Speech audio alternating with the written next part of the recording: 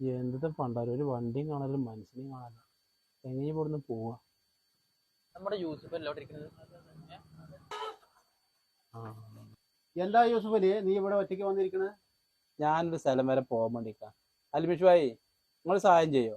പിന്നെന്താ ചങ്ങായി, അനക്ക് സഹായം ചെയ്യാൻ വേണ്ടിയിട്ടാണ് നമ്മൾ തിരിച്ചു വന്നത്. എന്നെ നിങ്ങളൊന്ന് കൊണ്ടാക്കി തരുമോ?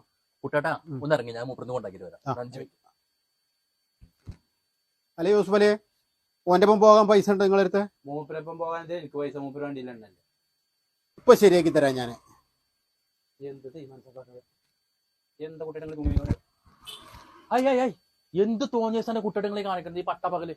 അപ്പൊ അണക്കറിയില്ല ചങ്ങായി, വണ്ടിയുടെ പിന്നിൽ ഇരുന്നിട്ട് വർത്താനം പറഞ്ഞ് യാത്ര ചെയ്തതിന് ഒരുപാട് ഫൈൻ കിട്ടുന്നുള്ളത്.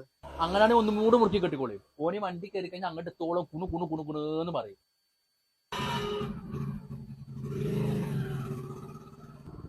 യൂസുഫലെ സ്ഥലത്തെ പറട്ടോ. യൂസുഫലെ സ്ഥലത്തെയോ? യൂസുഫലെ സ്ഥലത്തെയോ?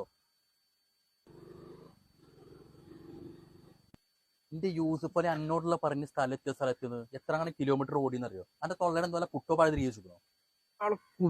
നിങ്ങളെ കൂടെ തന്നെ പണ്ടാരാണെങ്കിൽ ഇതിന്റെ കാലിൽ കൂടി കൗത്തുകൂടി കെട്ടി കൂട്ടിക്കണത്. പിന്നെ എങ്ങനെ മൂടിയാണ്ട്ടെ ഞാൻ വർത്താനം പറയും കൊണ്ട്